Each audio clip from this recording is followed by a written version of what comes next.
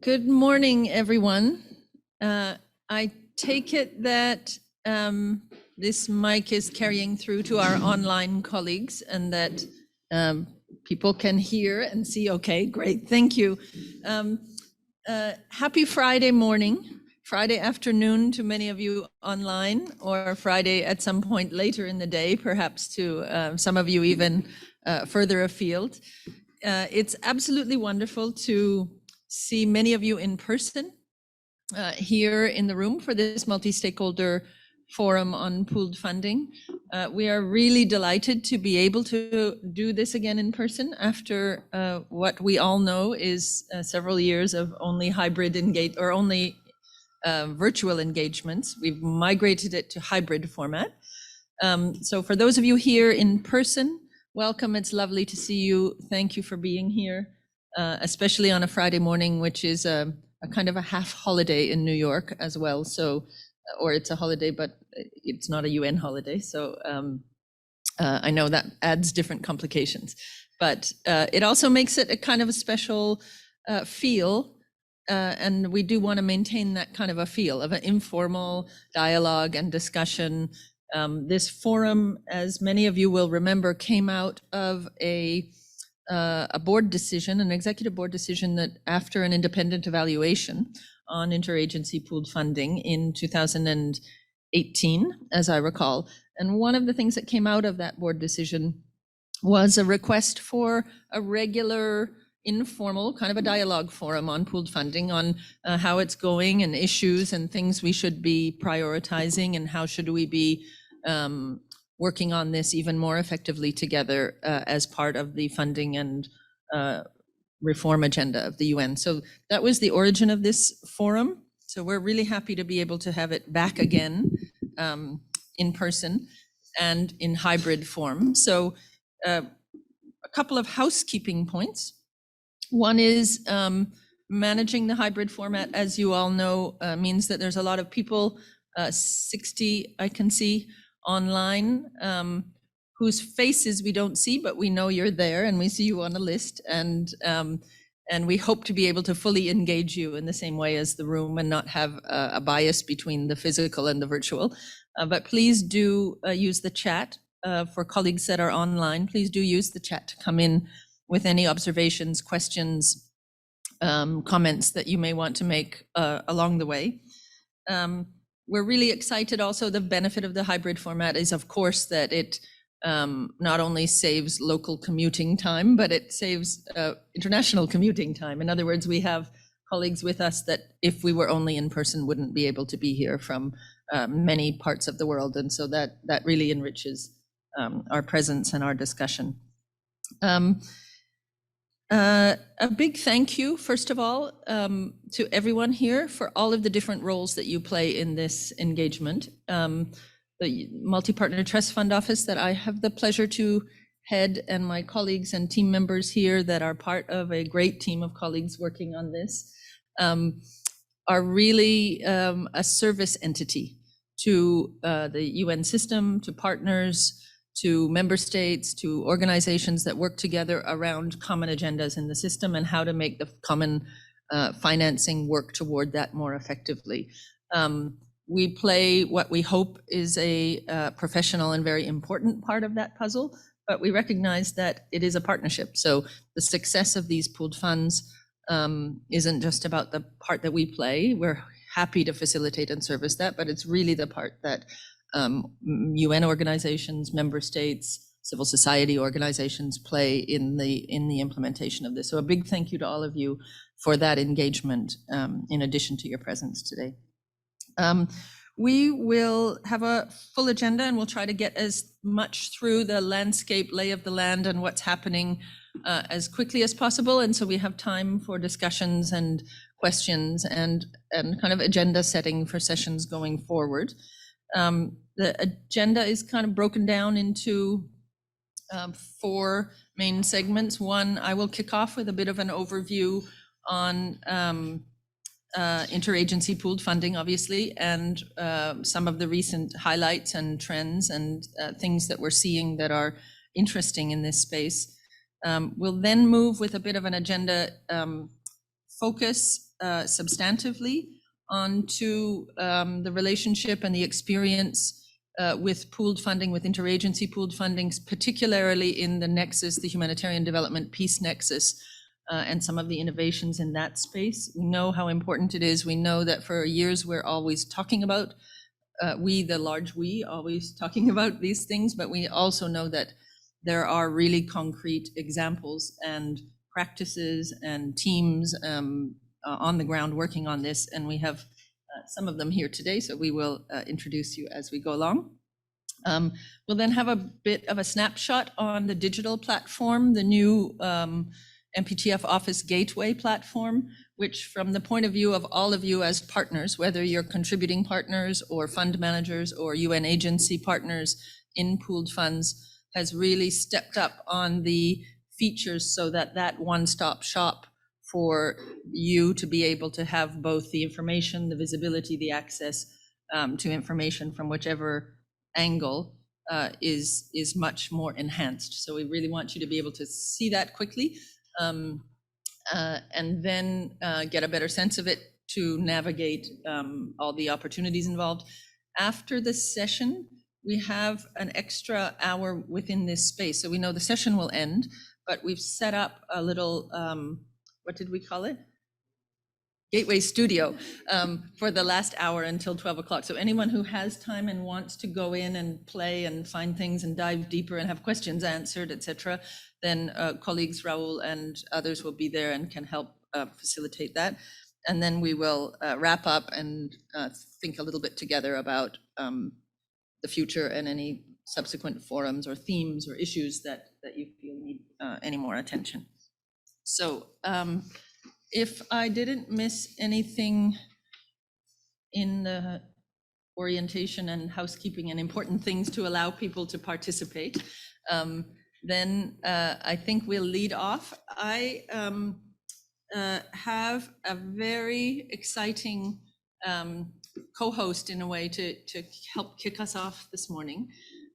He is in Kabul, so that means he is on video and a recorded video, but this is the DSRSG RCHC in Afghanistan. And the reason we really wanted him to be part of this conversation early was that we're trying very much, as you all know, to make sure that the country voices in this conversation on funding and reform are stronger and stronger parts of the conversation. And we really land the issues of the funding compact in country, in addition to the important policy and political conversations that we have in capitals. So we thought, in a way, rather than complementing my voice with another headquarters voice, we'll complement my voice right off the bat with a voice from the field in really one of the biggest and most challenging contexts where pooled funds are operating. So I will hand over to Ramis, who will appear magically. Dear colleagues, thank you very much. Thank you for inviting me for the discussions on how humanitarian peace and development nexus is implemented in Afghanistan and what the difference the pooled funds at the country level are making to achieve this objective. In the context of Afghanistan, we have Afghanistan Humanitarian Fund and the Special Trust Fund for Afghanistan as the two pooled fund mechanisms working in complementarity. And as of early next year, the STFA also is moving under the umbrella of the UN Resident Coordinator, and the two funds are part of the integrated One UN strategic funding framework for Afghanistan. The idea here is to make sure that when we address the humanitarian needs and then we call for allocations on the humanitarian side through Afghanistan Humanitarian Fund, that we immediately collect information and organize the necessary call for appeals on the side of basic human needs. That's how we address in the sanctioned environment development aspects of our work in Afghanistan. Through application of this approach, a considerable effort is being made to identify what are the specific needs which are of humanitarian nature, and what are more specific needs of a longer term durable solutions and the livelihoods oriented support, which needs to be implemented and started almost at the same time or in parallel with the humanitarian response. Therefore, having a nexus window in the STFA is an important element which we are putting in place now to make sure that starting in 2023 that we do these allocations. And we follow up with the specific programs on the ground. This is very much in line with the transitional engagement framework for Afghanistan, which brings together the planning on the humanitarian side and the HRP and the planning on the basic human needs side, because many of the issues which we address here, such as sustaining health services, sustaining access to water, making sure that medical services are provided all over the places where the humanitarian needs have been addressed, and adding more to it, such as investments in the livelihoods, creating agro-food systems. The income is generated for the ordinary Afghans, and the people have a chance to organize small and medium enterprises and go to the market and link their activity to a broader scope of a livelihood recovery, and if you wish, sustaining their existence is very important. It is through this approach on agro-food systems, on area-based development, on supporting ordinary Afghans that we are implementing the approach, which is mitigating increase in number of people in need on the other side, because the humanitarian aid itself is very much appreciated. It does address the immediate needs of the people in food, shelter, but it does not address the underlying causes of that vulnerability. In case of Afghanistan, this vulnerability is climate change related. Most of the problems we're facing are because of the drought, and this drought has been here for several consecutive years. It's not going anywhere away. It's going to stay with us, and we need to adapt. So adaptation solutions are also a part of this Nexus approach which we're implementing. Now, I would like to thank all the generous contributors who are supporting both of the pooled funds at the country level in Afghanistan. Afghanistan Humanitarian Fund is the largest pooled fund which we are using in the field, and it has benefited from decades of donors' generosity and support, but also the STFA, which is a new add to the family and has been here now for, is entering its second year, is definitely a very welcome addition which complements that effort, and everyone who contributes, all the donors, are very much appreciated. Thank you for staying with us and making us lead the Nexus in Afghanistan and helping the people of Afghanistan at this particularly difficult time. Thank you very much for your attention.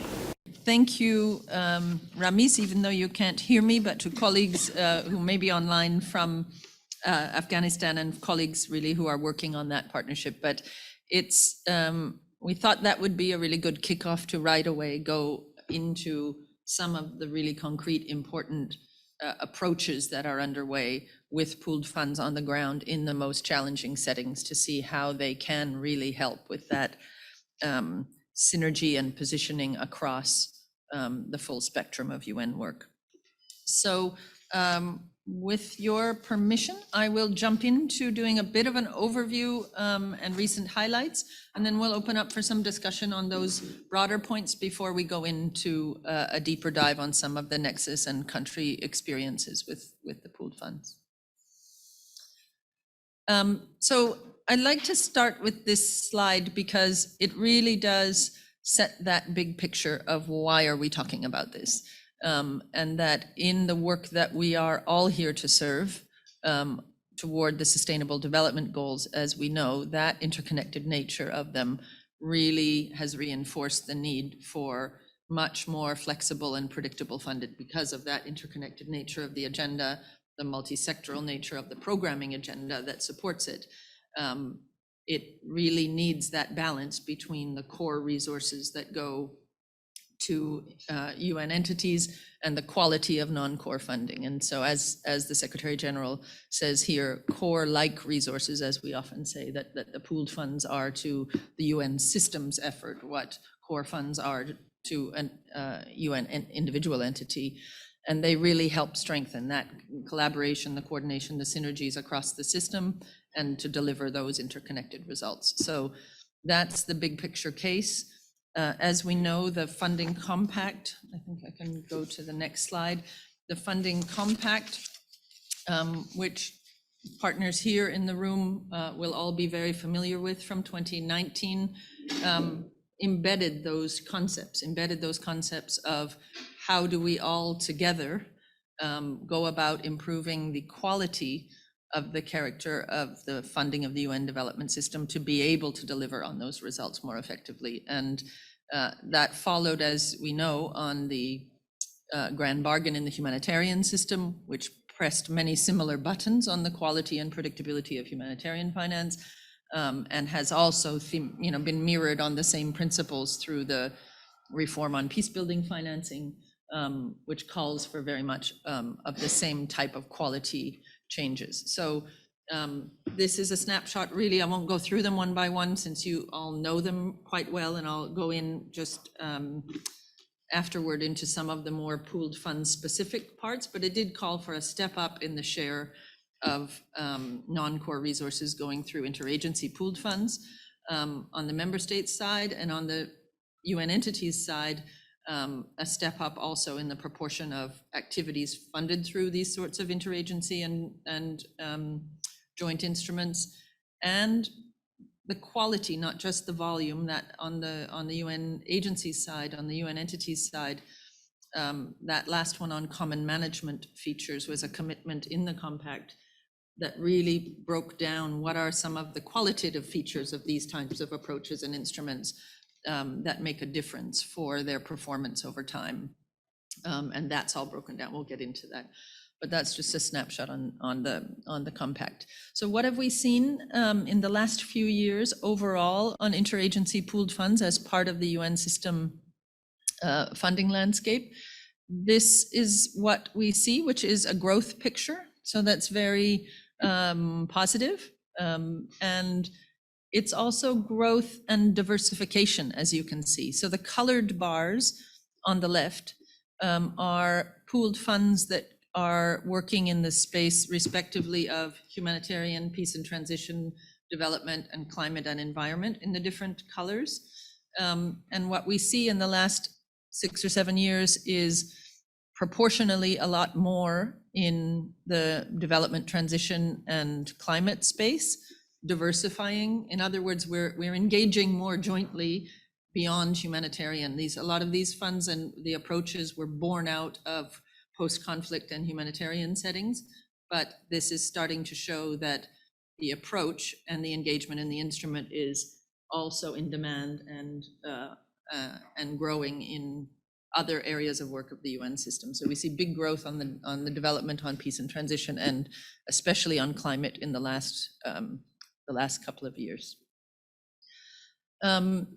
This is a quick snapshot of major contributors to the pooled funds across the UN system, and also with a breakdown on the areas of work of those funds. So what we see overall is, again, more color in the bars and more diversification, but also if we look at what is the proportion overall of different contributors, how much of earmarked or non-core funding is going through interagency pooled funds, we see, as it says there, that 23 countries contributed 10% or more of their earmarked funding to the UN through interagency pooled funds. So that's low in a certain sense, but growing and getting toward a mark where we would start to see that kind of tipping point on the quality of funding. This is the quick snapshot from the UN entities side. So of the UN entities engaged in interagency pooled funds, which all of them are, I mean, maybe there are a couple of somewhere UN entities that aren't engaged in pooled funds, but by and large, all of the UN system has some engagement with this sort of program and funding approach. What we see is, I guess perhaps unsurprisingly, the larger operational agencies with larger volume overall, so UNICEF, UNDP, UNFPA in volume terms. And then there's a little figure at the bottom, and we'll share these slides because you probably can't see it, and even I can't see it, but I have it on paper, which is the share of the non-core of those agencies that's going through interagency pooled funds. So what we see is that a number of them are already above 10%. Some of them are much above. So UN Women, UNFPA, some of, in a way, the organizations that have multi-sectoral mandates like that on gender equality or reproductive health, we see those proportions on pooled funds higher. But it's an interesting way to unpack some of those commitments in the compact. This is a quick snapshot of how the pooled fund landscape is looking across countries. So the more of a geographical slice than an institutional slice. And these are the countries where we see the share of pooled funding. There's two things going on in this slide. Both the share of pooled funding in that overall UN spend in the country. So the yellow is less than 15%, and the blue is more than 50%, and the orange and purple are in the middle. So that means it's a big part of their overall equation, depending on the color. And then the size of the bubble is the volume. So very large pooled funds in, for example, Afghanistan, where that big purple bar is, a big purple bubble is, or, thank you, Raul, is that you? Yeah, so it helps you see both the volume and the proportion of the UN engagement in interagency financing approaches.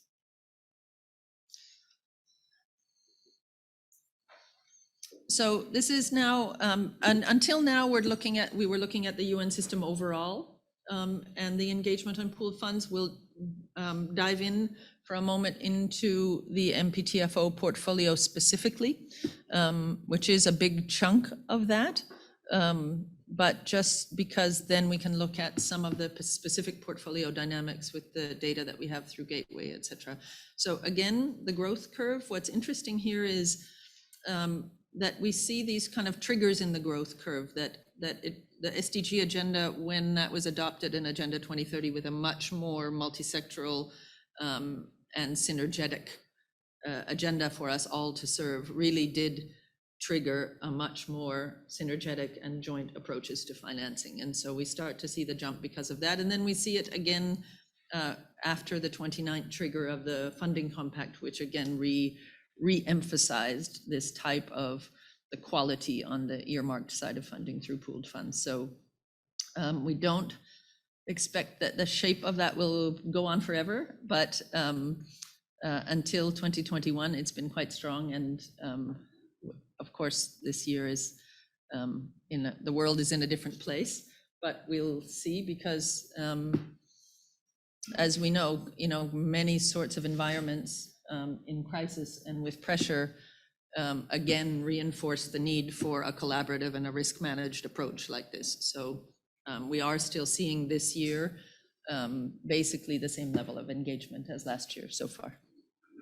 So this is a big thank you to all of you on the contributors to the MPTF portfolio, both with a full stop there, and for the point which it says in the heading at the top, which is there's an increase in the number of countries contributing to pooled funds in 2021. That's another funding compact indicator, is to broaden the engagement, broaden the donor base for pooled funds. The target, I think, in the compact is up to 100 countries in a couple of years. But so we're off target, but it was 34 in 2019 and it was 54 in 2021. So the direction of travel is positive, even though it's off course. But a big thank you to everyone. This is another snapshot on diversification. The first one I just said, so 54 member states and the EU with the change in the last couple of years. 25, quite a significant change in the non-OECD DAC countries engaged. 25 now, but that's up from 13 and 19 in the last couple of years. And a doubling in private sector contributions, still quite a low level, but that doubling in a short period of time from what was very small many years ago is positive. And also, we'll talk about this a little bit when we talk about innovation. We don't necessarily measure the success of private sector engagement in these through the direct contributions of private sector. There's many other forms related to leverage and partnership that don't come up in our numbers directly, but this is the part that comes up, which are direct contributions. This is a bit of a breakdown on the growth in the MPTFO overall portfolio in pooled funds. And what we see is actually a quite distributed growth, which is quite good. You know, that the distribution of the color bars is more and more even, and there's more change in the peace and transition and in the climate in recent years, which means these instruments are really part of a broad-based offer across the pillars of work of the UN, and not as concentrated in the emergency type of sector as they were many years ago. And the other thing that it allows us is to be more and more a useful one-stop shop for information and analysis on your engagements with pooled funds. So either from a contributor point of view, a donor point of view, a UN agency point of view, a implementing partner point of view, the more diverse the portfolio is, the more when you engage with it through the gateway platform, et cetera, then you get a full one-stop shop picture and analysis. So it makes it easier in a way for your visibility, for your access to information, more complete. Quick snapshot at the country level on the development fund. So these are the SDG, what we call SDG country level funds. So these are more of what previous generation would have been one UN funds, the types of funds that are focused across the development spectrum, linked to cooperation frameworks of the UN the Sustainable Development Cooperation Frameworks. So the headline here is kind of relatively few funds, but they are growing. So continued growth. And if we see like 22 existing funds, that's not very many in the big scheme of things. But with the 17 and 25, so in other words, 17 new ones in preparation and 25, you know, reaching out and asking about it and wanting to get started, that's where we start to see the new engine of dynamics, I think, coming with a bit of a time lag from the funding compact, but building up from the ground with more of an engagement of interest at the country level. So in that sense, we see a positive picture in the country-based funds, although the existing ones is a kind of a small set. A few comments on new funding streams, just so a bit of a peek into what's going on that's interesting and new and different in this interagency pooled fund portfolio. We're seeing some new demand and some new engagement with using interagency pooled funds as instruments for restituting illicit financial flows. So funds that have come under a settlement and a judgment coming out of the UN Anti-Corruption Convention, assets that are being returned to source back to the country and people where they originated from, that the UN interagency pooled funds on the ground at the country level as instruments for helping with that restitution process. So in Equatorial Guinea, that one was focused really on the fund restitution, focused on, it was during the COVID period, so it was on COVID vaccines and kind of focused that way. A very significant one with assets recovered in Switzerland for Uzbekistan. And that one is very much linked to the UN cooperation framework. The results framework of the fund is the UN cooperation SDG framework. And so it's the instruments themselves, I would say, are not so different or innovative, but the source of funding is quite non-traditional. We're seeing more and more, as these come up, more and more engagement and interest in that space, because they are transparent and accessible and run by standard UN terms. So there's a trust factor there.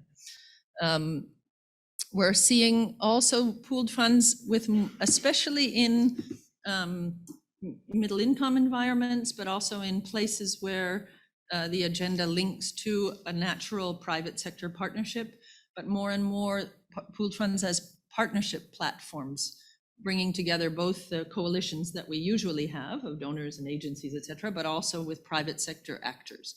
So the Road Safety Trust Fund, for example, Secretary General's Road Safety Trust Fund has quite a broad base of private sector partners and contributors directly to the fund. A lot of them, you know, Michelin and companies that are involved in road safety in their business models, but also at the country level in countries like Kenya that have built a private public SDG platform with an MPTF behind it, but it's really about how do we bring both public partnerships, ODA, and private investment to support the SDG agenda in Kenya.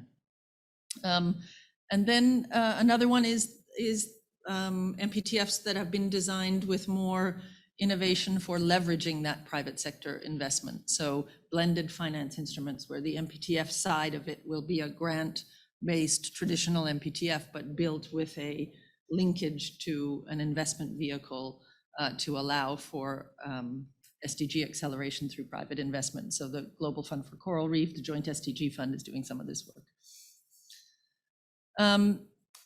This is a little snapshot really just to break down, and I'm almost done because I suspect I'm going to eat into everybody else's time here. This is just really to break down the quality side, that to make sure it's clear that this is such an important area of work to keep building on in this area of working on interagency pooled funds, beyond growing the portfolio, having platforms so the UN system and partners and member states can do more and more of this work. But it really rests on that commitment that's in the funding compact to make sure those quality features are as strong as possible. So innovation, theories of change, results management systems, engaging UN norms and values, gender equality features, for example, risk management, transparency. Those things are why we're investing in our gateway platforms more. So there's better access to information, better features for visibility, and you know, all of these aspects are work in progress, but much of what we'll see in the gateway platform later is not just MPTFO internal business, you know, ERP thing. It's because it's a response to these requests in the funding compact for the quality features in pooled funds. And so we can systematize that as a administrative agent. You know that whenever you're funding a MPTF that we administer, you get a built-in system that backs up on all those features. So one of those features was system-wide evaluations. And so this is just a quick snapshot of an example of the system-wide evaluation part for interagency pooled funds that has started to move. So as you know, that the traditional approach with MPTFs and evaluations is the evaluation would take place within the framework of each participating organization in the fund as part of their oversight frameworks.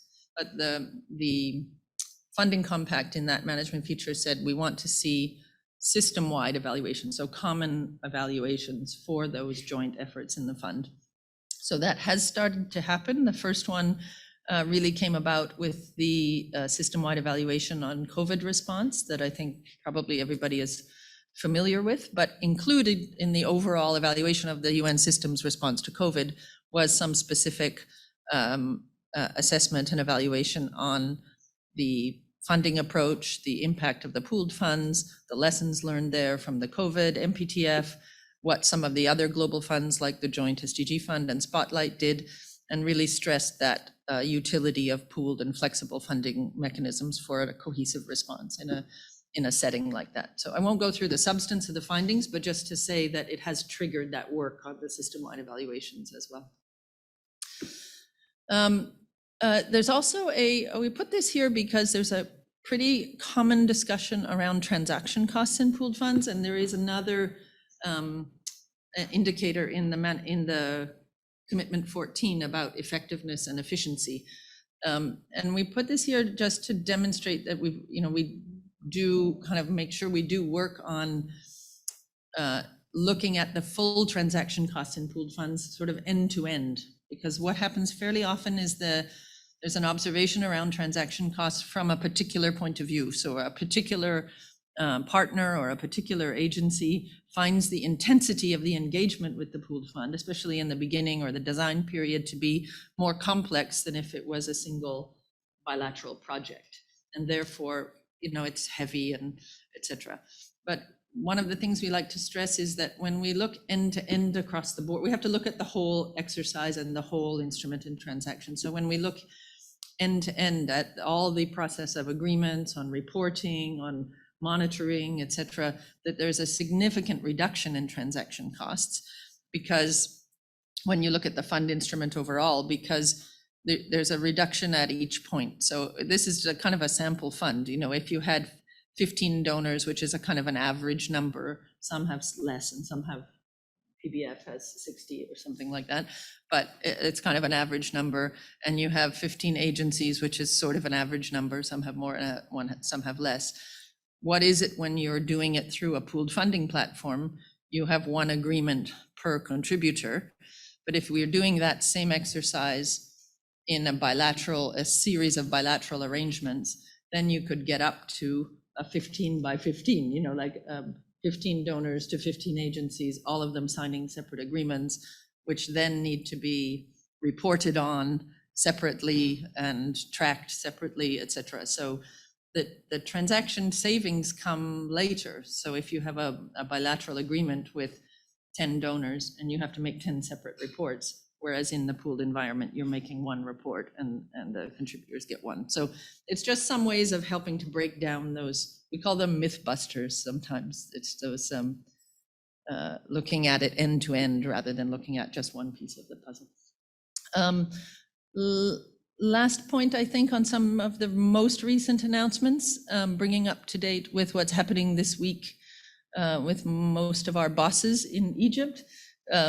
So it's just a good example of how different sorts of pooled funding platforms are really finding space in a new generation of climate partnerships and climate agreements. So just this week, there's been announcements on a new infrastructure resilient accelerator fund that's supported by India, the UK, Australia, and the EU. So this CDRI, the Coalition for Disaster Resilient Infrastructure, is an India-based institution, but it's a global partnership based there, and they've launched a fund to support that. One for the Amazon on the planetary crisis and deforestation, especially with local state governments in Brazil. The CAFI Forest Initiative is another regional, very large forestry partnership that's been ongoing for a while. It's not a new fund. Norway, Germany, many of you in the room, UK, are all engaged with it. But there's been a new announcements this week on an additional investment fund and a new partnership with the Green Climate Fund in the framework of it. So I pause there on the overview, and I think we have a little bit of time for any dialogue on some of that big landscape stuff on pooled funds, and then we'll go into some of the country level nexus discussions. The online chat we have an eye on, but I'm happy to look around in the room for any first questions or comments or reflections. Just to say also, of course, that we appreciate very much, as you know very well, our partnership with the Multi-Partner Trust Fund Office and and the work you are doing, which we, as the former colleague said, is the gold standard of of multi-partner trust funds. So I think it's very interesting what you have said today, and thank you for a very good presentation. Of course, the recent growth when it comes to climate and development. I think especially the development, of course, climate goes without saying, and it's also natural in a way that is growing. I guess, but also the development side of it, I think is very interesting. And you know, whether you have done anything special to make that happen, because that is also, of course, important, how you frame multi-partner trust funds, you know, how you reach out, how they are established. And then, of course, growing number of also the country level pooled funds is also very good, and why that has happened. Is it the RCs who, you know, also the strengthened leadership of the RC that sees the value in that, etc., etc. And also just, of course, a quick remark on the COVID-19 Response and Recovery Fund, which at least it proves that the UN really can deliver very fast when it wants to. Because I think from when the Secretary General launched the fund, I think on the 31st of March 2020, until the first disbursement that happened, I think in, well, mid or late April. That was a record in disbursements. So that is very good, and we of course had a very close cooperation on that, and all the meetings with the RCs, etc., etc. So just to say that was also a very good exercise at the time. So thank you. I think we're going to take a few in the room first, and then we'll go if there are any questions online. But I see Kelly from the UK. Many thanks, Jennifer, and thanks first and foremost for the work of you and your teams that you do throughout the year, but also for convening this forum. I think it's certainly greatly appreciated to have a platform to discuss this across the UN and donor states perspective. Just a few questions. First and foremost, I wanted to acknowledge the fantastic work that you've done on increasing engagement from non-OECD DAC members as well as the private sector. And I think you noted you were very humble by stating that you said the private sector number, while doubled, was still not kind of where you'd want it to be. But I think noting the doubling in 2 years is still very impressive. And I was wondering if you might be able to speak to how you've approached those conversations. We've heard in other platforms that the UN struggles to speak with the private sector. And I was wondering if you might be able to speak to your successes therein.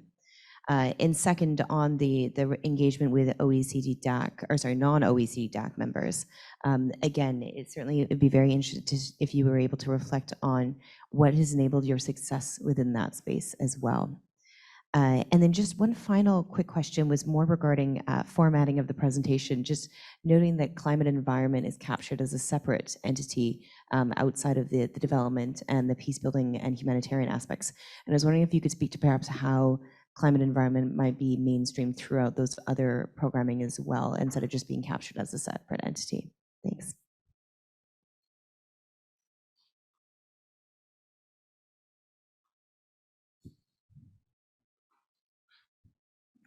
Thanks for an excellent presentation. I'm Igor, representing World Health Organization. So unfortunately, we are not in the list of the agencies that were presented kind of the biggest share using funds, but we are working on it to ensure that there are more resources available, especially at the country level, from a pooled funding mechanism.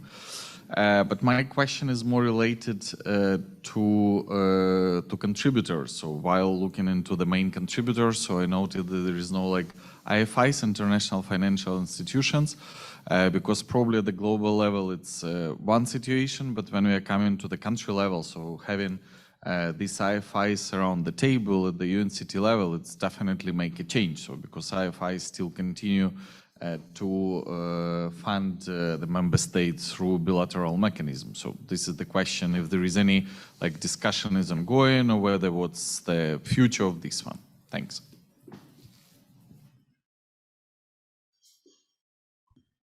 Thea Franich from UNDP. Just a simple question. When it comes to philanthropy specifically, how do you track foundations under the private sector, or this is a separate part as well? Thank you.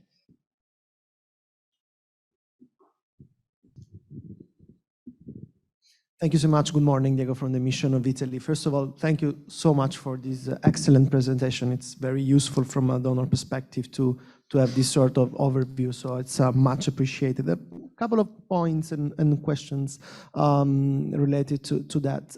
Our feeling is that, of course, the landscape is, in this moment, inducing more investment in pooled funding, the reform, but also integrated challenges requiring integrated solutions and so on. So I think that, and that is reflected in the increase that you are showing.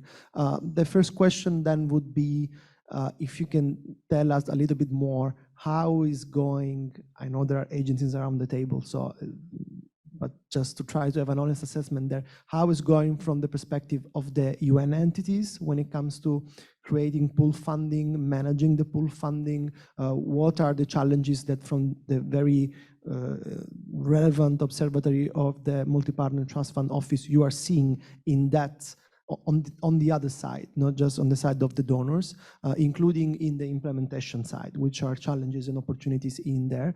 On the donor side, and picking up on the point on the private sector, I was wondering that, it's just an observation, happy to know your assessment on that.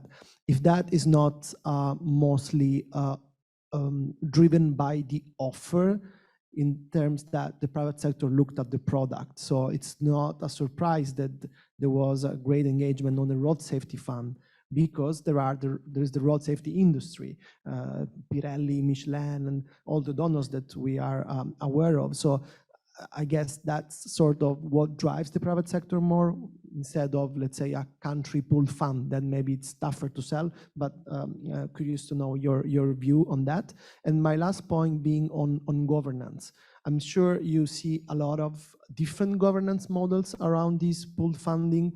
Do you feel there is any particularly good practice on a governance model that is particularly effective or innovative that we may consider? Thank you so much.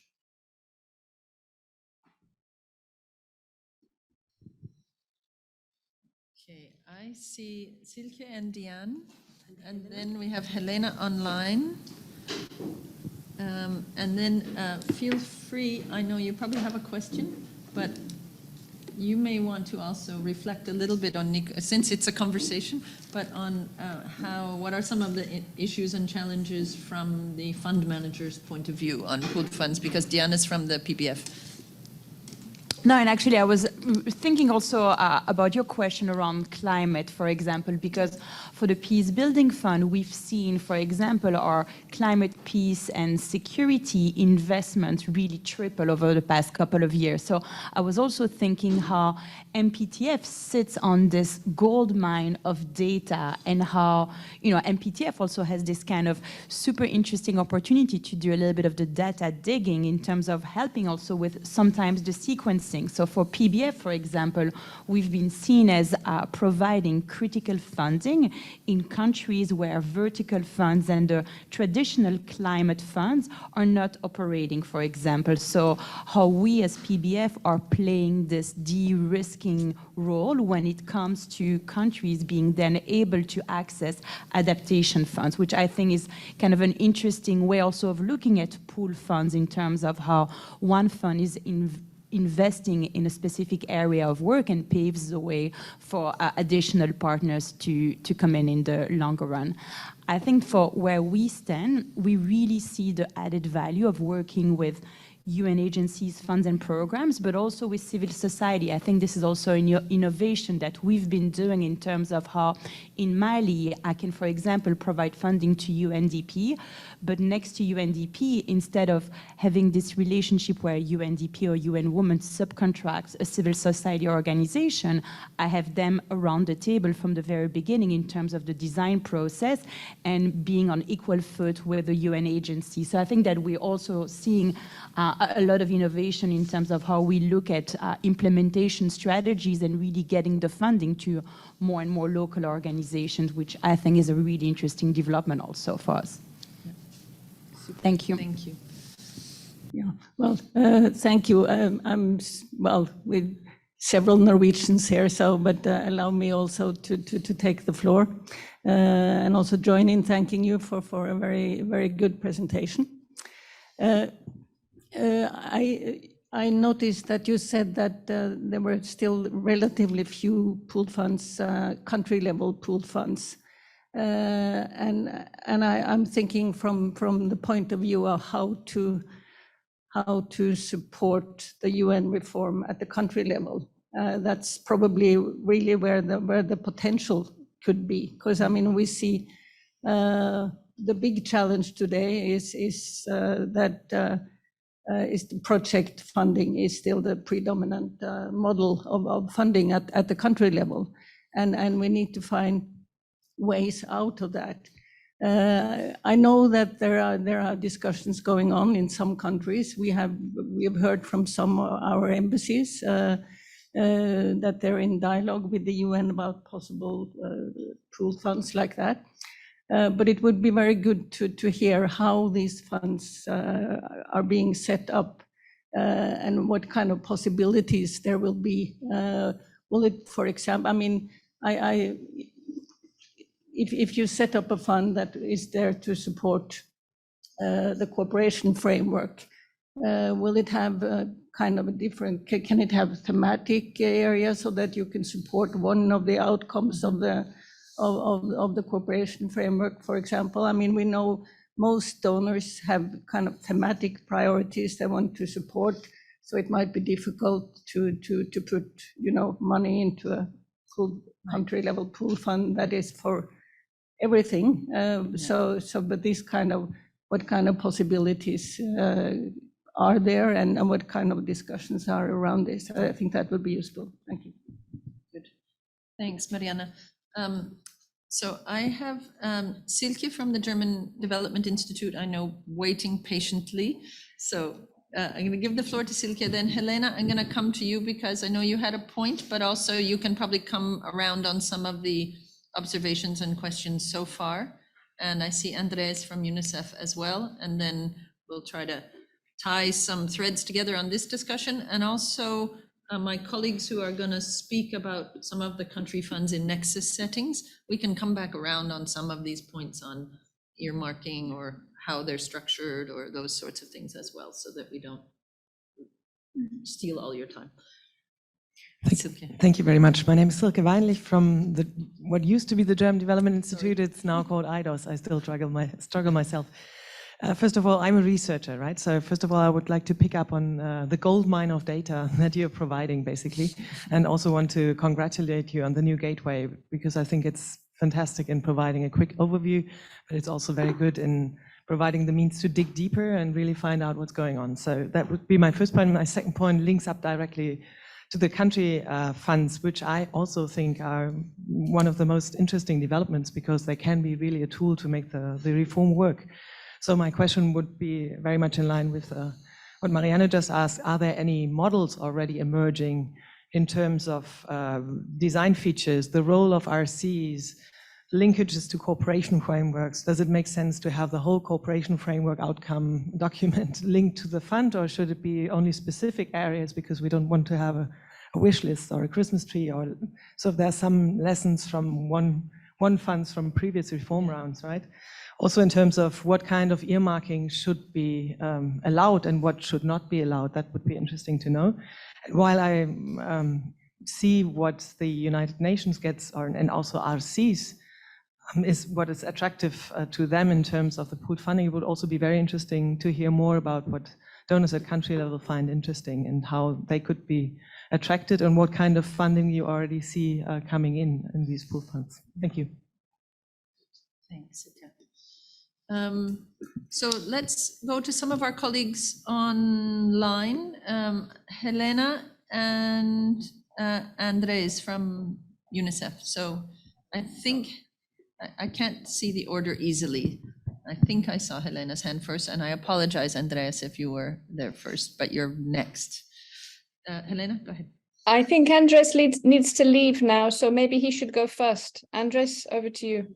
Helena, we're not hearing you, but I see your mute is off, so go ahead. There you are. Can you hear me? Yes, we can. Yes, I wanted to give the floor to Andres first because he says he needs to leave. Okay, Andres, thank you very much, Helena, for your flexibility. Andres, thank you for being here. Please go ahead. Hi, Jennifer, can you hear me? This is Salome. I'm speaking on behalf of Andres Franco from UNICEF. Yeah, hi, Salome. Thank you for being here. Thanks so much. Sorry, Andres had to jump up to another meeting, but just to say that, very useful presentation.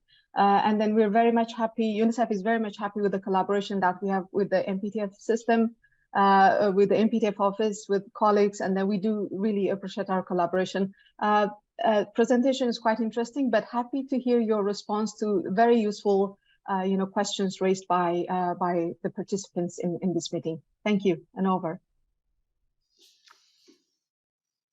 Thanks, Salome, and thanks for your engagement. You saw the size of it on the bar there, but the quality is always appreciated. Thank you. Helena. Thank you so much, Jennifer, and warm greetings to everyone. I really wanted to be there in person, but was unable to today. You're missing a very nice breakfast and coffee, and but it's okay. We're glad you're here. I'm so sorry. First of all, deep appreciation to the MPTF office. I have to say, in the year since I've been in New York, the collaboration between DCO and MPTFO has really been fantastic. The same depth of support and partnership that I also experienced as resident coordinator, setting up two different multi-partner trust funds in Uzbekistan. One was a regional fund that was a priority for the government of Uzbekistan for the Aral Sea region. Oh, no. Oops. Sorry. Yep, you're back. Yeah, we can hear you. We lost you just at the end of Aral Sea, but that wasn't long. Go ahead. Sorry. So deep appreciation for the close partnership, both as a former RC and now in my capacity as Director of Policy and Programme. To come to some of the questions that were posed around the country level pooled funds for the SDGs. We actually held a clinic with, well, not a clinic, 5 clinics with rotating clinics with all of the resident coordinators who were in town a few weeks ago on country level pooled funds and pooled funds more broadly. Particularly, we organized this particularly because of high demand from the resident coordinators. MPTFO was there with us, also the Spotlight Secretariat, the PBF Secretariat, and the Joint SDG Fund Secretariat. So we were really looking at pooled fund instruments and how these can support the UN Development System reform and SDG ambition at country level. And we had these clinics over the course of one day. We met with all resident coordinators in small groups of around 20 to 25.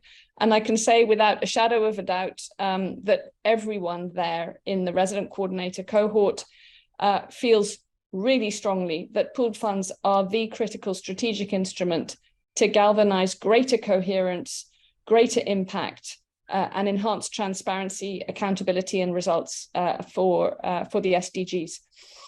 So obviously it's a mix. Nobody is saying pooled funding is the only way forward. It has to be a part of a solid mix of more core funding for our UN agencies, funds and programs, and more pooled funding to ensure that the UN is able to come together for the kind of integrated, transformative work that is under-resourced otherwise, and that is aligned to national priorities, particularly in tricky areas, for example, like the Nexus. You heard Ramiz, my colleague in Kabul, talking very eloquently on the importance of that flexibility that can be brought to humanitarian development peace collaboration through harnessing pooled funding instruments in an appropriate way. A couple of other examples, the work that's been kickstarted by the Joint SDG Fund on integrated approaches to social protection, pulling in the fantastic and diverse expertise and programming capacity of UNICEF, of UNDP, of ILO, of the World Bank on the ground. It's really, from my personal experience, the kind of programming we can't see easily if we see the excessive projectization and earmarking that is unfortunately the global trend, nor the single agency approach. So I think that first point is key. You know, pooled funds are tremendously important, both for SDG ambition and for greater coherence and impact, which is what the UN development system reform is all about. So we are supporting and accompanying resident coordinators to indeed establish more country-level SDG funds. Robert Piper, our former director, spoke about the ambition to have every cooperation framework have a pooled fund that could attract resources in order to deliver on aspects of the cooperation framework that otherwise may not be resourced. And I think it's part of this this effort to ensure a cooperation framework is really ambitious. It's transformative. It's looking at integrated approaches, pulling on and harnessing the support and the capacity of the whole UN system, including non-resident specialized agencies. And that again was my experience, that this fantastic technical capacity and expertise that we can see in places like ITU or UNEP, which may not have presence on the ground, we can bring in through the modality of pooled funding and joint programming.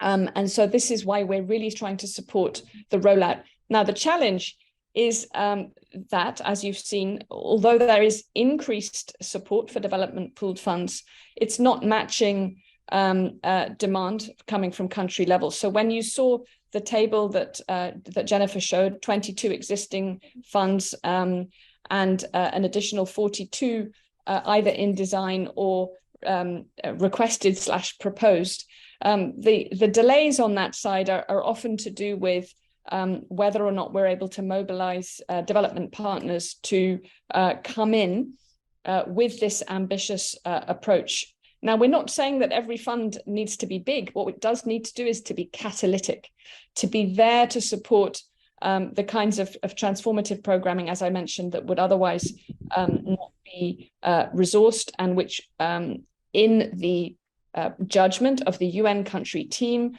is critical for ensuring that kind of upstream policy support to government in their development journey. We want to thank the top donors to the country level pooled funds for their support and engagement. We're also committed to working closely to ensure the funding compact commitments on the UN side continue to be further achieved, including the common management features, which is a critical element. And we've been working very closely with MPTFO and agencies, funds and programs to ensure that this greater commitment to quality, transparency, accountability, and effectiveness of pooled funds is achieved. Final point, sorry, is on earmarking. I mean, I think we've learned a lot of lessons from some of the old country level pooled funds that excessive earmarking of these funds is not, it's going backwards. We don't want that. So outcome level earmarking, yes, and that goes to Mariana's question. But below that, it's leading to fragmentation. So we're trying to suggest that that's not a progressive way forward. Thank you so much again for giving me the floor, and back to you, Jennifer.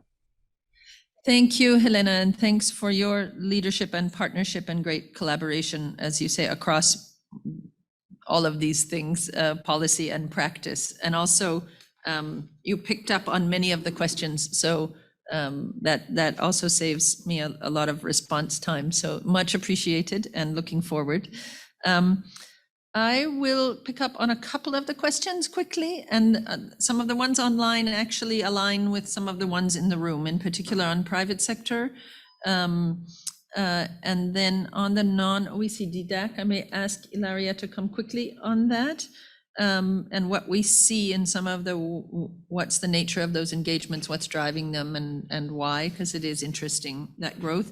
And then I'll come also and make a comment, Igor, with your question on IFIs. So on the private sector, I think that what we see is, as you were saying, that private sector as a contributor they're more predominantly coming in on a product basis.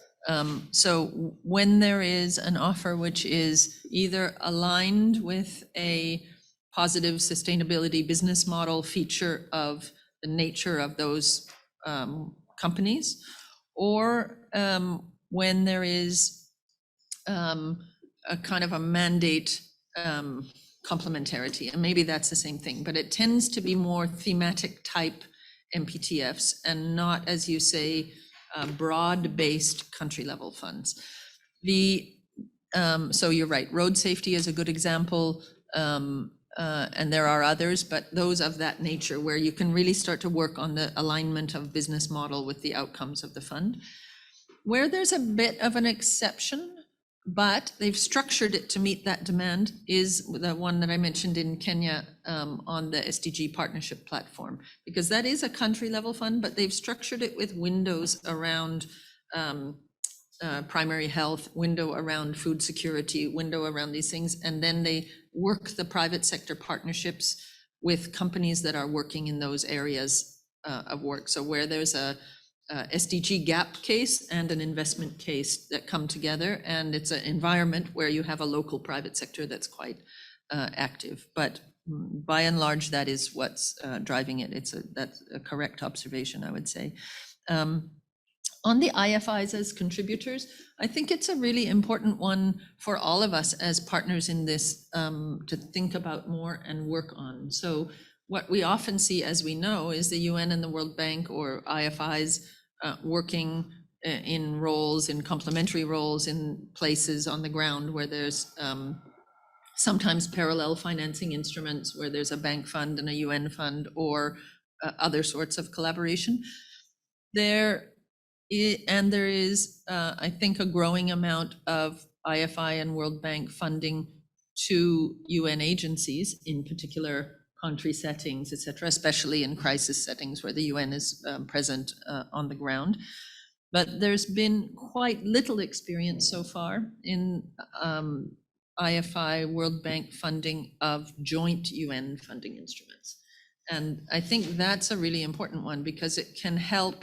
It's not unprecedented. It did happen, like in Haiti, for example, so that the World Bank's funded a joint UN fund. So it had resident coordinator coordination and a country team common agenda, and then an MPTF structure behind it. So it held the UN system's partnership with the bank together rather than having it agency by agency implemented separately in separate contracts with the bank. It's not easy, but it is possible. And I do think it's something we should work on more systematically, especially in this nexus type setting. So I'll leave some of that to you, Ilaria. I think there are other good questions and observations, but many of them have been reflected on by both Diane and Helena. And Ilaria, I was going to introduce you properly when we got to Nexus, but I'll give you the floor now and introduce. Many of you know Ilaria already. She's not new. She's been with us, but since COVID has been there, this is your first physical forum too. So Ilaria is the Deputy Executive Coordinator of MPTFO, replaced our colleague Henrietta Kaisers, who many of you know was with us for a long time and retired during the pandemic.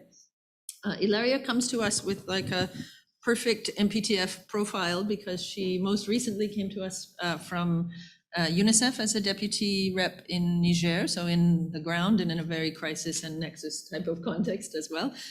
Prior to that, heading the joint office as deputy head of the joint UN office in Cape Verde. So that, as many of you know, in the reform context was where the system came together in a joint office and a joint overall program operation.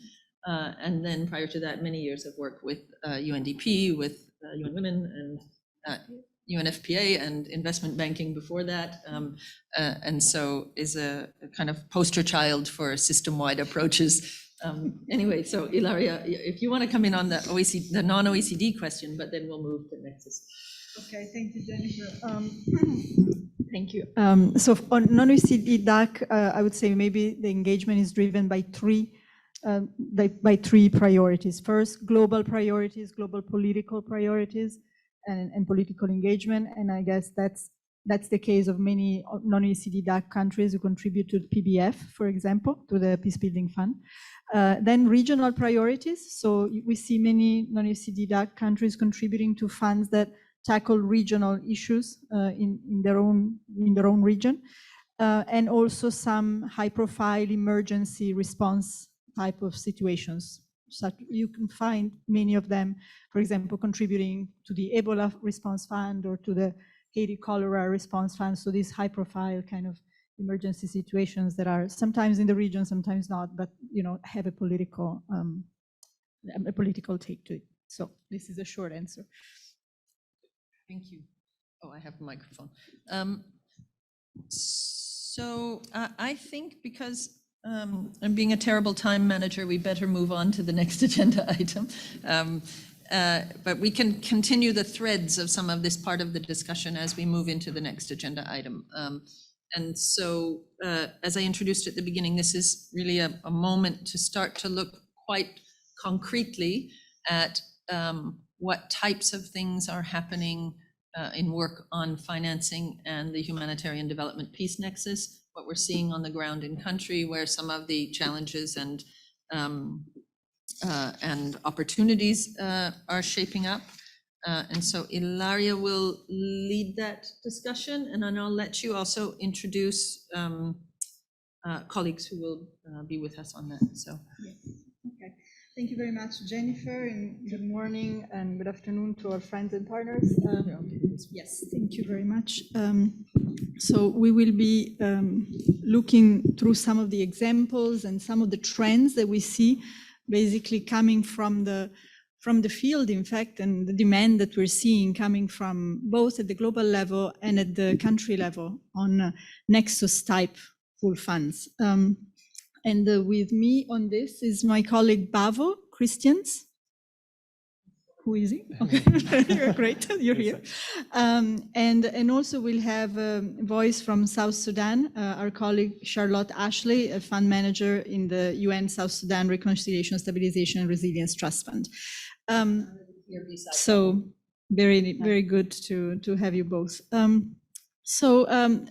Basically, there isn't a better introduction, I think, to this topic than the voice of the DSRSG. So I'm not going to actually try to even remotely introduce the topic after that. But I think really he really introduced it brilliantly, because that's where we see this strong statement of the needs really from the ground.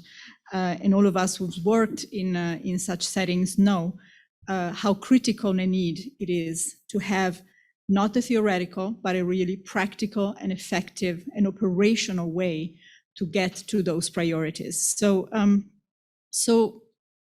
we know that all the areas of work that we see under the peace, the humanitarian, the development agenda, all have different entities. We're working on them with different comparative advantages, and they can actually contribute to each other in a non-sequential necessarily, but in a holistic way. So leverage the comparative advantages towards collective outcomes. And this is very much what the DSRG was talking about. We don't need to be sequential on this. We can really be synergetic from the get-go. But what if you have a good strategy, you have a good planning, you have good collective outcomes, but then you don't have the financing instruments that go with it?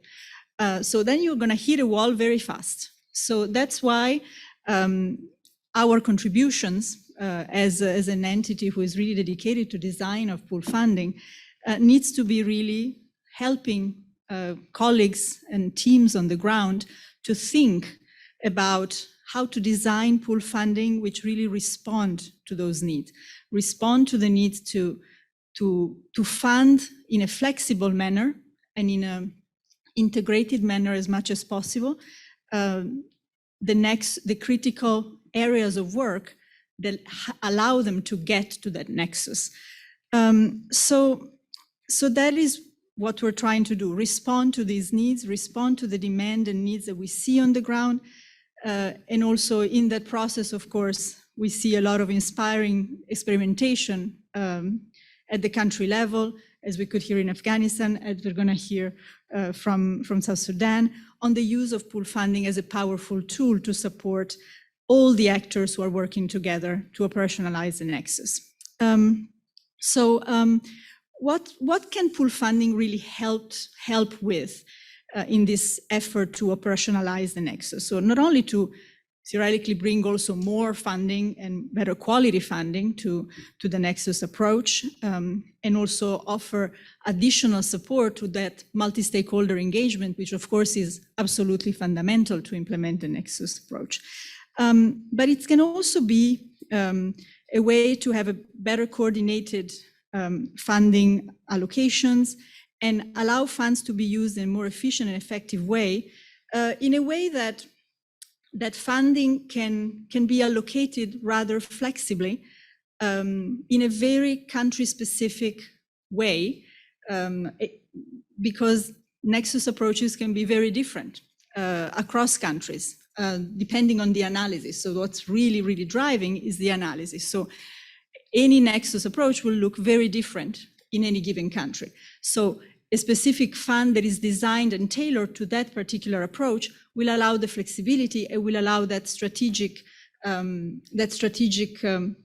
funding that really helps the UN and the partners to really get to the real issues as they change very rapidly. And so it's really that flexibility of pool funding that is fundamental for a Nexus approach, and the capacity of the governance of these funds to be able to follow the developments rather instantaneously, which obviously cannot be done so well in a projectized approach. It's very, very difficult to do, particularly in a context where things change rapidly. So you have to adapt rapidly and you have to allocate rapidly. So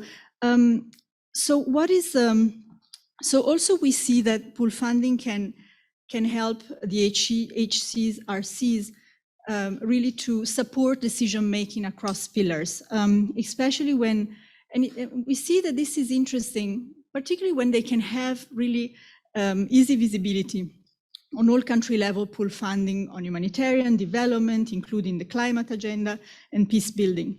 So when they have this visibility across, then they can really more easily leverage different UN interagency pool funds with, particularly when they have standardized operational procedures, standardized reporting, standardized visibility mechanism.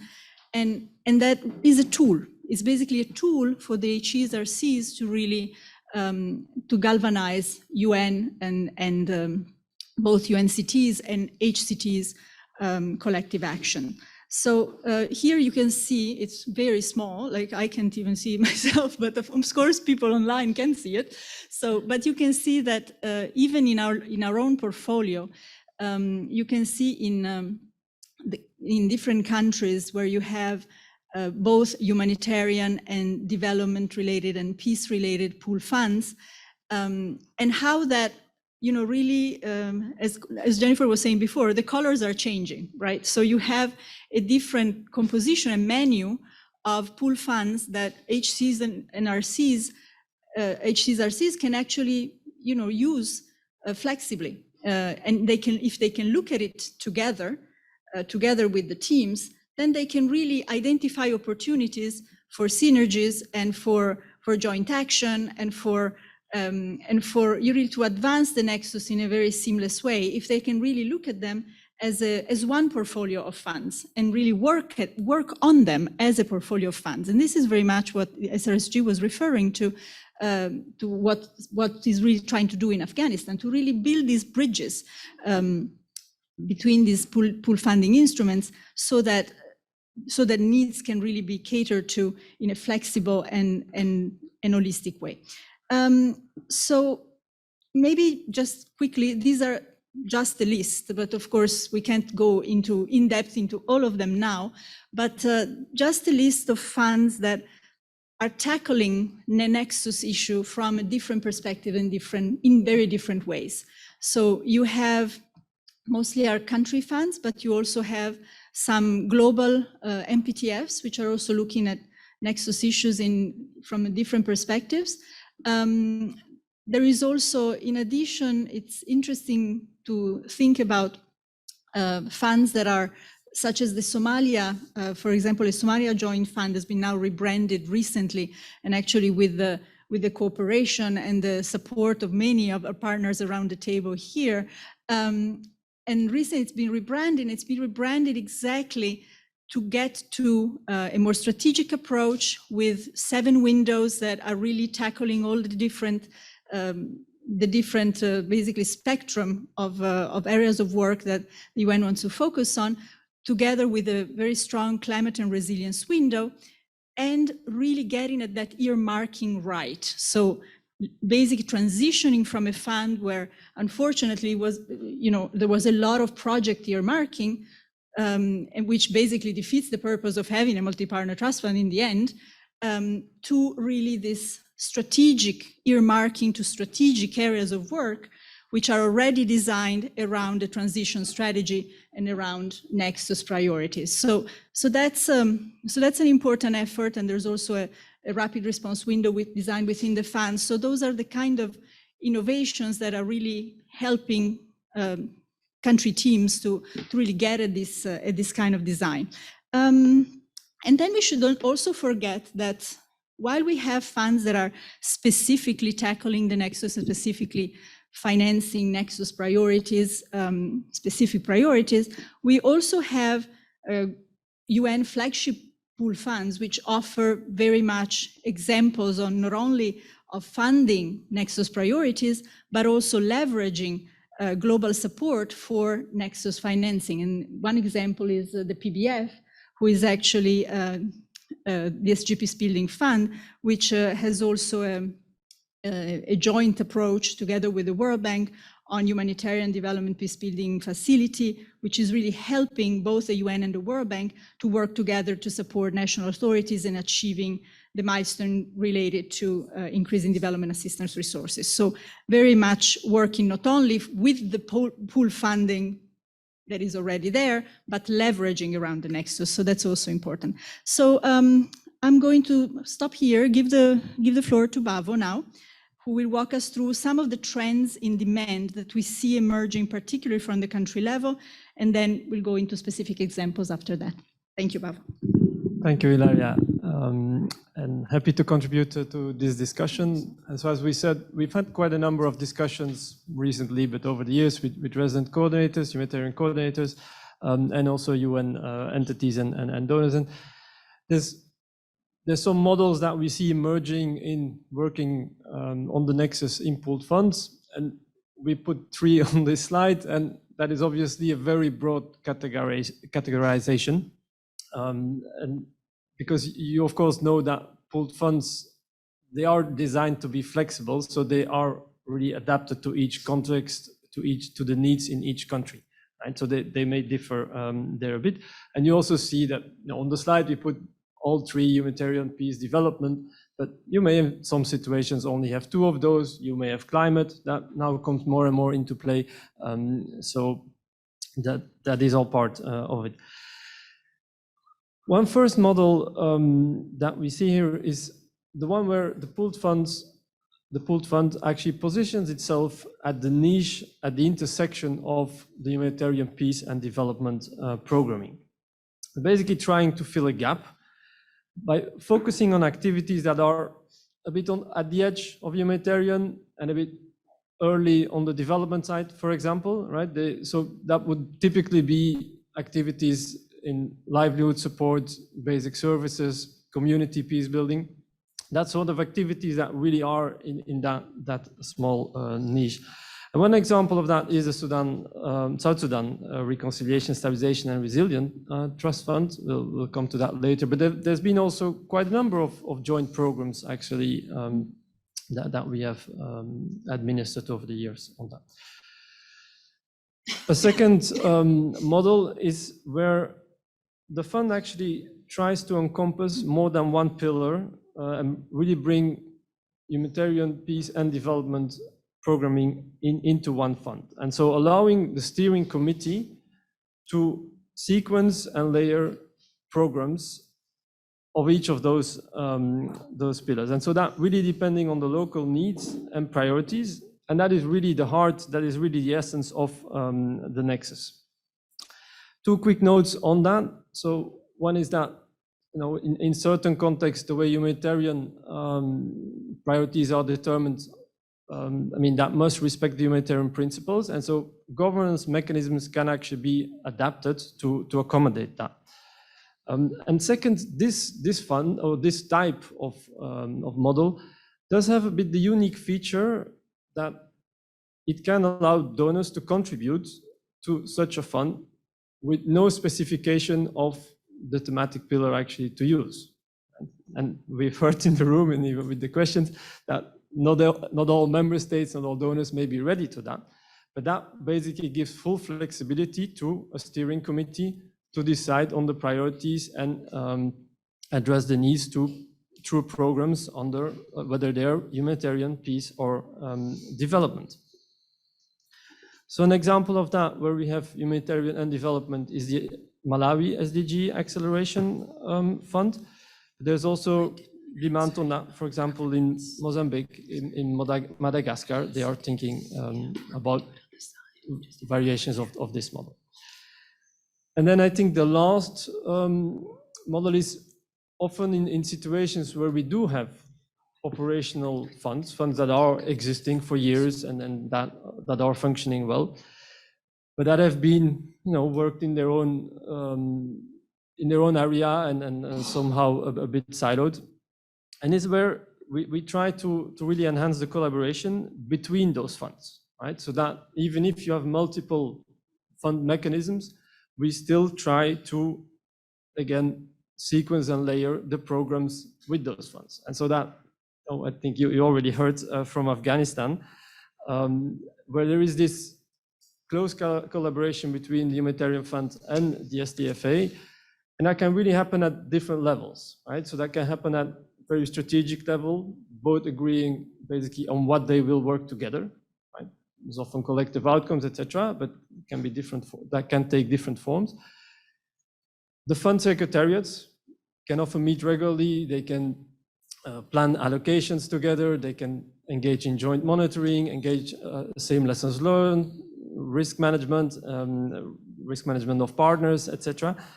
These are things that really can be done together, and even often at the program level and local, in these often area-based approaches, that there's like joint monitoring activities to really learn together and even do joint assessments as well, of course. So these are a few of the examples that we see emerging here, and yeah, hope are promising. Ilaria, back to you. Thank you very much, Bavo. So now we're gonna turn to a live example of one of these funds. So we move to South Sudan with Charlotte, the fund manager of the UN South Sudan Reconciliation, Stabilization, Resilience Trust Fund. So Charlotte has a very, very wide UN experience, and she's been very much instrumental to the success and design of this fund. And so we're looking forward to hearing from you. Thank you. Thank you very much, Ilaria, and thank you everybody for the opportunity to be here today. And it's a real pleasure to meet with our donors as well of our fund. I think perhaps starting with that point, the colleague from Norway asked, how do we establish trust funds in countries? And I think for South Sudan, one of the keys to the success so far has been that we had a group of like-minded donors in the country who were also looking at South Sudan and realizing that we needed to do things differently. In South Sudan, since 2013, we've had huge humanitarian budgets that were becoming really unsustainable when you look at the gap between needs and resources. And when you look at the country, it's abundantly clear the overlap between conflict and humanitarian need in the country. But there was very little in terms of investment in peace building and conflict reduction. And that's where, obviously, with a huge peacekeeping operation in the country, we really had the opportunity to capitalize on that through working across the nexus. So as Bavo said, we sort of work on the edge of how do we move from humanitarian to something else in South Sudan. And there was a lot of recognition that we needed to look more at resilience, but in a country that's so fluid and affected by conflict, you have to look at political dynamics and security dynamics, and that means taking a nexus approach to how we work. I think picking up on what Helena said earlier about how multi-donor trust funds enable us to do transformative work that would otherwise be under-resourced. And I think that's really critical, because there was no avenue for us to do this conflict reduction type work in South Sudan previously. Predominantly everything was humanitarian response, 6 months, 12 months, the same type of assistance that we do over and over again without having any change. The RSRTFs enabled us to work in some of the most conflict-affected and most volatile parts of the country and take a completely flexible approach to how we do it. I love that Ilaria was saying flexibility is fundamental, and it absolutely is. That's the success of the RSRTF. You've seen a complete shift in the last 4 years in the way agencies work in South Sudan through the RSRTF. We have much more adaptability in the way that we can program because of the flexibility that the fund gives us. It's not just that nexus approaches need to be different across countries, they need to be different across states within a country. And particularly when you're looking at conflict reduction, those conflict drivers are diverse and numerous in different places. And you need to be able to capitalize on all the different elements working across the nexus, but also in a really agile manner. So, and even getting our agencies and grantees to accept that that is the way that we're willing to work has been fundamental. I think Sweden, who's one of our donors, put it really well. They said the RSRTF is like venture capitalism. It's high risk, but it's very high reward when we're able to work in some of these places. I don't know how much time I have. Someone gave me the microphone and I can talk all day on the RSRTF. Of course, there's challenges. It's really difficult to get agencies to work outside of their mandates. But this kind of flexible approach and strong leadership from the DSRSG and from the agencies themselves, and I think early and strong communication on one common theory of change has been really critical. I think we're continuously learning in South Sudan, and again, our donors have given us the support and the flexibility to be able to do that. We've had several evaluations of the fund, and they've all come back saying, the RSRTF as this nexus tool is filling a critical gap in the country. So, yeah.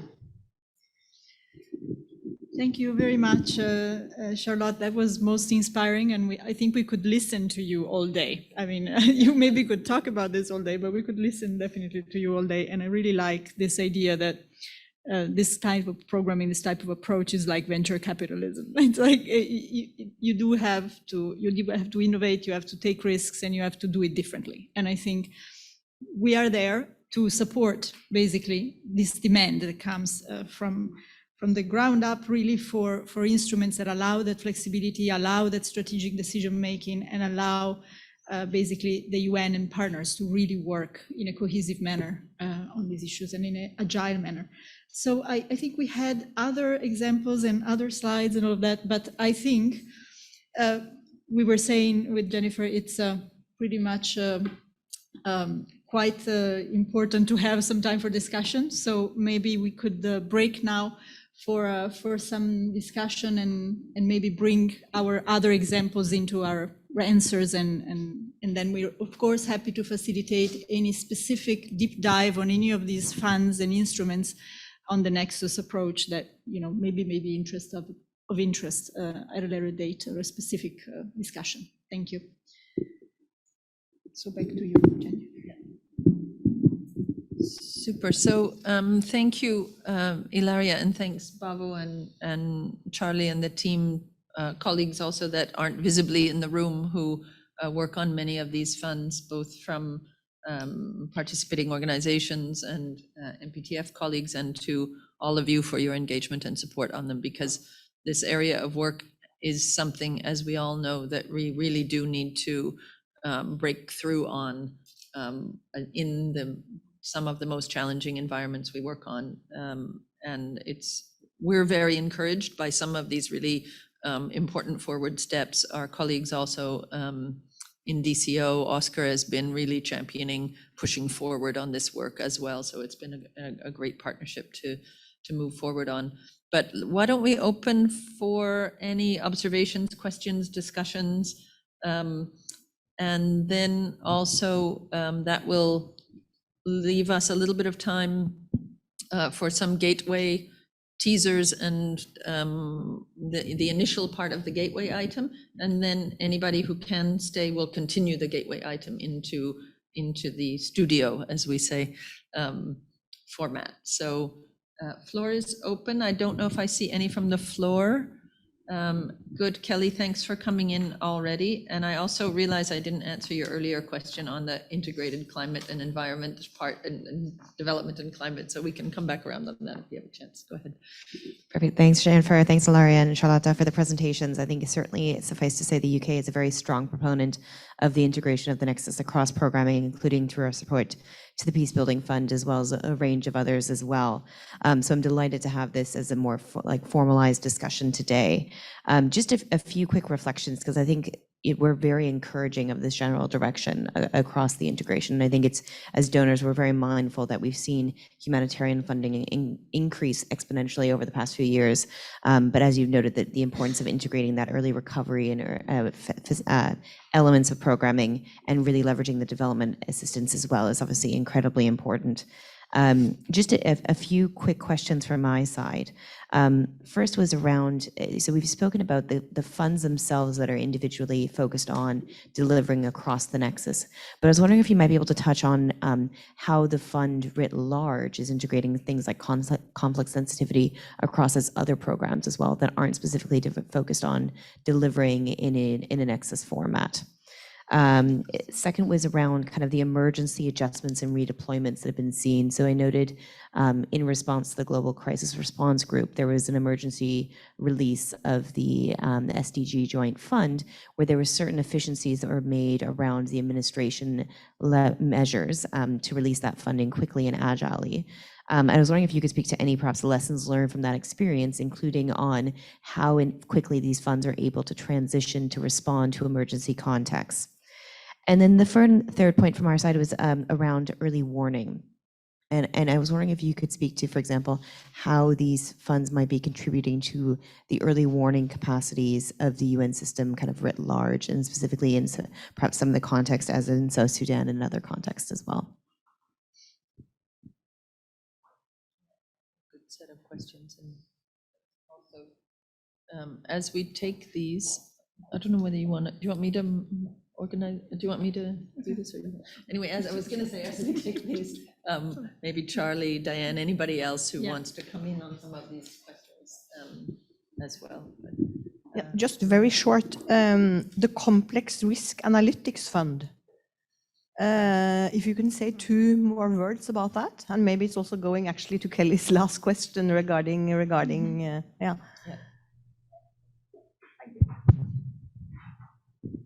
Take those two. Okay. Yeah. So maybe I'll start from the question about emergency release and the kind of the quick modalities for response through pool funds. So you are right that the COVID-19 response fund was one of the funds which was really focused on a very, very quick and fast response. And indeed, in the case of that fund, we as an administrative agent made a very deliberate effort to basically change procedures in order to cater to that need. So that's basically the same thing we've done for the emergency window of the joint SDG fund. So basically there's been basically a fast track delivery modality that we have put in place within MPTFO to be able to cater to that. That is not to say that usually we're slow because, but in all of those funds, we basically applied the same criteria and modalities that we apply when we act as administrative agent for country-based humanitarian funds, pool funds.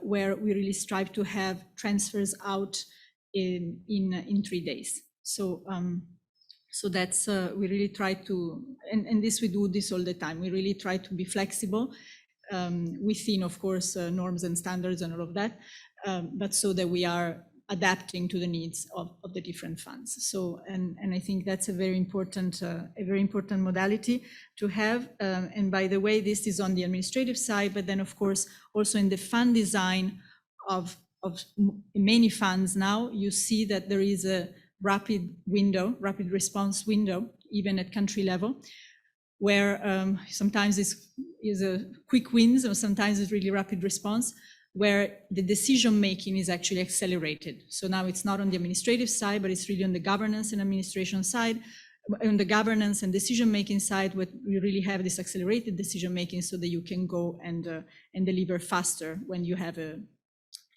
delivery, imperative. So that's very important. On the early warning and maybe the craft, Bavo, would you like to take that? Okay, maybe just as I pass the microphone to Bavo, I would say two on early warning. One is craft, the conflict one that you mentioned, Rina. The other one is there's more on the climate early warning side. So the craft is on the conflict data analytics, but there's another very interesting new partnership that's led by WMO, the meteorological organization, together with UNDP and UNEP and other partners. And that's called, the acronym is SOF, but it's a Systematic Observations Financing Facility. So it's about early warning climate data. And that's just kind of getting underway. Raul is pulling it up. But anyway, so there's a couple versions of early warning initiatives that are. I got the mic in the meantime. Yes, so on the Complex Risk Analytics Fund, that's basically a fund to support the SG's data strategy, and is hosted under the Executive Office of the Secretary General. And it really wants to create an ecosystem, so within the UN, but also with member states, to make data and analytics available more broadly and more widely. And so the first initiative it took was indeed making available a data set on conflict, available to everybody that participates in the fund. And it just launched a few days ago its first call for proposals on, and that was more on early action and early warning systems and analytics, mainly on climate risks and related and for humanitarian action, basically. So that the first two actions, it started basically being operational early this year, at the start of this year. So what you can see at the same time is you're getting the beginning of the Gateway agenda, because Raul is pulling these all up on Gateway as we go.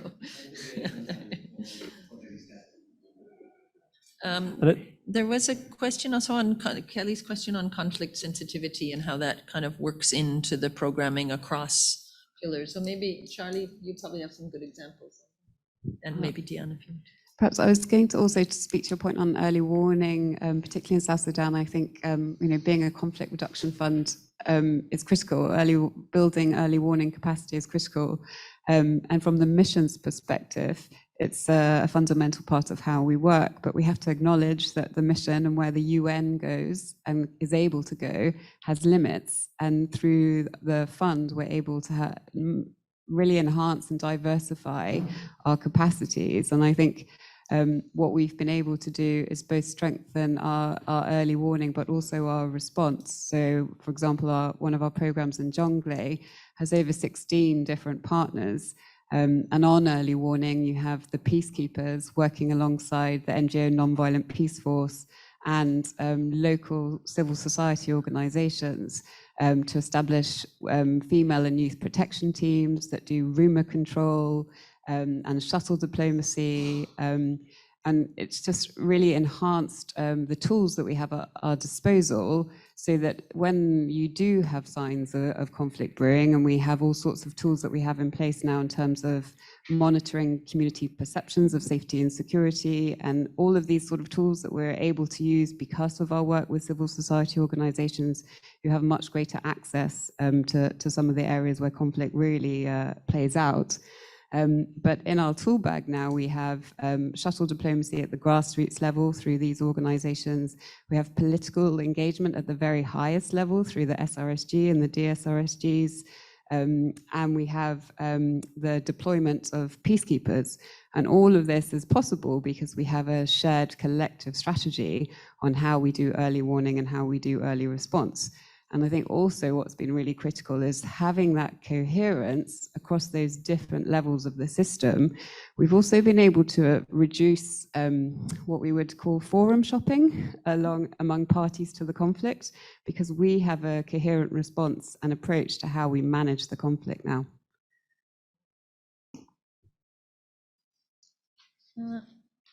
I'm inclined to move us to Gateway. Is that okay, Dan? There's lots more to say, but I want to make sure we have at least a little bit of time at the end before we go to a studio session while we're all still together, because I realize everybody might not be able to stay on longer. But Raul de Mora Jimenez has been leading a lot of our efforts on the new Gateway, and we just thought we would do at least a few teasers on some of these new features, and then the studio will help you dive in. And then, of course, the channels are always open, and we have done a number of bilateral engagements with different agency partners, member state partners, et cetera, really looking and walking through how to do these different deep dives and where to find different products, either analytics or visibility products, et cetera. So we're happy to do a lot more of that. But Raul, I'll hand to you for the teaser version. Thanks, Jennifer. Thank you very much. I will try to have all hands on deck, like sharing my screen, speaking the microphone, so review. It's fine, I will try. So at the MPTF office, we have learned to be flexible and to be juggling with many boards at the same time. So this is part of our expertise, thanks to our partner. So just a few words. Thank you, first of all, for helping us in co-creating this tool. You know, we have the impressive experience of over 10 years of the old Gateway that everyone loved, we loved, and it was tough for us to get rid of it, but we move it into a new phase. And we launched it in July, so many of you very likely have already interacted with that. So we keep improving it, and the idea is that it's born with the idea to become a joint platform, a platform of joint collaboration and joint partnership. And this is important because it's about transparency, having access to the funding information, but it's going much beyond that. It's about the partnerships, the multi-partner nature of the collaboration that all of you here and online and everywhere in the world made possible. So this is what we really have tried really to work on in bringing on this. And just also to inform you that we try to move, and that was really a big task, every content, every document, every single data from the old Gateway. So everything should be there. The transitions are not easy. So if you have problems to find something that you used to find easily before, please let us know. We keep improving in usability. So just let me share a couple of minutes my screen. So as we were saying, you will see many new things, but the idea is, of course, it's about funding, but it's much beyond funding. It's about the partnerships behind, but also it's about the knowledge about pool funding. So these are kind of the big principles that guide building this Gateway. When you come here, you can navigate through all the funds. We have new tools, like you can find funds in the pipeline, those funds that don't exist yet, but that will be in design. It's something that many of you requested, so it's there. And the same way for in resources, many UN country teams and partners and participating organizations want to know if there are open call for proposals. So just Babo mentioned, the craft. So here, like, partners can come, potential applicants, and they will find the information. Even if we don't run the call for proposals ourselves, each fund has its own systems. The information, we are trying to put in all the information there. You will find every information. You can navigate all our portfolio through contributor, participating organization, program countries. And also what we have tried to see is also the possibility that you see also where you are and who you are partnering with. Before it was you go into a fund, but now let's say we want to see where is Germany. Lucas, I have you next to me. So Germany and I don't know, and then Norway, Denise Ruina. So here you can see all the funds you are working together, but imagine that you are working a session in South Sudan, you can go there, okay, I want to see where we are together in South Sudan, so you know both of you are working together. You can tell to your country offices, look, and these include global funds and country funds. So that's when you have your portfolio. But if you want to go and you want to go through the map, before we have a map and it was more difficult, now everything is together, right? So before you have money in, money out, we are bringing all together so you see the full cycle of the partnership and the full cycle of the collaboration. So again, you know, we can go, we can decide, okay, again, sorry, you know, we can say again, Germany or Italy that I have in front of me. And from here, you can see all funds, all the countries where the funds that Italy are contributing are doing it. And even if you want to go, for instance, before we talk in Afghanistan, you'll see, okay, you're contributing to the humanitarian fund. Even you can go directly from here to the projects. But if you want to go to the page directly and you want to see what is happening there, you will have all the information of what is happening in Afghanistan. So what has happening, all the funds, you can play, what are also, where are the contributors, what are the funds, what are the participating organizations that are receiving funds. But what is the most important, and I invite you all to play with, is to go to analyze all data, because in addition to that, to give you some data visualizations preset, we want to give you access to all the data. So you play with data, you download any data, and you build your own analysis. And as said, please reach us out. We are happy to have dedicated sessions. And we want to make this a platform. You know, with everything that is happening in social media, it confirms our interest that we want a public, universal, everyone has access to it. We are going to continue to invest in this platform, and we want to continue co-creating together. So thank you very much.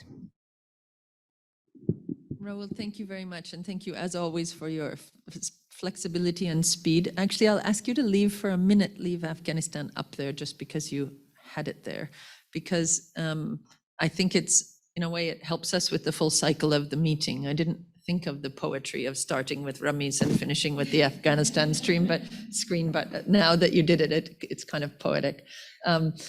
But what I wanted to say is, without going into what we can do in the studio or what we'll do bilaterally, it's a good example by having a country page like this there of seeing the value as we build this type of instrument to support the partnerships, of the value of this kind of a one-stop shop for the funding platforms, because this is where you begin to be able to use data and information and programmatic information to work on strengthening, for example, the Nexus work that Ramiz was talking about in the beginning. The fact that we can have a page like this where you can see the cycle of the pooled special trust fund, what's going on that's funded by the peace building fund in Afghanistan, you know, what lands through the global funds that are working in that space, what comes through the humanitarian pooled fund in the same country.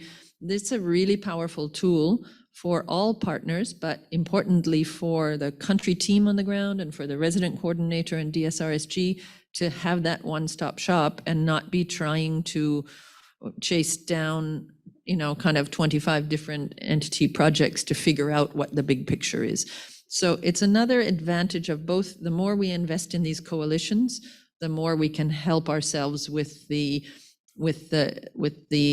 quality of what we do in those synergies, but it also allows us in the investments in these sorts of platforms to bring a greater offer. So just a big thank you to all of you for your engagement and support on so many levels. So on the political support in reform, in helping the system work better and more effectively on the ground, for your financial contributions, of course, for all of our agency partners that we work with every day, for the essential and critical role that you play in working this way and collaborating and delivering on the ground, for fund teams like the PBF and like our colleagues from South Sudan who are really at the center of helping these teams work, our resident coordinators, DCO, others that have been on the line. It's really, it is a partnership, and we're absolutely privileged to have one job in MPTFO, which is to help make the system work together as a system and with our member state partnerships, and to make that more effective and efficient in the way it's funded. So thank you very much for all of your support and engagement on that. I know we're probably past 11 o'clock. We did want to have one item of kind of a little bit of feedback and reflection, or any topics that are sitting in your mind already of, it would be really interesting in a subsequent forum to spend a little bit more time on X or Y related to pooled funds. We're really happy to have those suggestions, because what we try to do with each forum is have an update overall, an opportunity for questions and engagement, but then a little bit of a deep dive into things that are emerging topics in this space, and that hence the Nexus one this time. But if either right off the top of your head, if anyone has anything burning they'd like to throw onto the short list for next time, or if either in the chat or come back to us electronically, and we'll be happy to make sure we weave those topics in and have that relevance built into the discussion. So if nobody wants to throw anything out right now, we can just take that as a parking spot point for any feedback. We're most welcome. So before we move to studio, my other thanks is to the team, my dream team of colleagues at MPTFO who help make this happen every day, but also who help make this happen today. And so they're all here in the room. Raul, Vicky is here, who did a lot of the preparation of what you see and of what you don't see. Christina, Diana, who are here. Malena, who leads our work on UN system financing and a lot of the analytics that you see from the Dag Hammarskjöld report. Bavo is probably here on behalf of the portfolio team. We have a team of portfolio managers who interacts with the funds on the ground, like the South Sudan Fund, but who really make this happen every day. And I hope I'm not missing, some of them are online too, but really a big thank you on my part to all of the team who helped make this happen, in addition to the role that you all play. So thank you very much. The Gateway Studio is open, both in 5 minutes, but it's also open online. So anyone who's in the online platform and who wants to stay and do some more interaction and deep dives on features and with the Gateway platform, please stay online, or is it a different link? No. I'm just providing you will be asked to log into another link, but it's in the chat. So please use that, and most welcome to join the Gateway Studio. Thank you, Malena. So yeah, I see it is in the chat. So anyone who wants to stay, who's in the online setting, please use that link and it will take you over to the Gateway Studio. And those of us who are physically here can physically go to the Gateway Studio if you can still join us. And if not, have a wonderful Friday. And thank you again very much for all of your support. Thank you.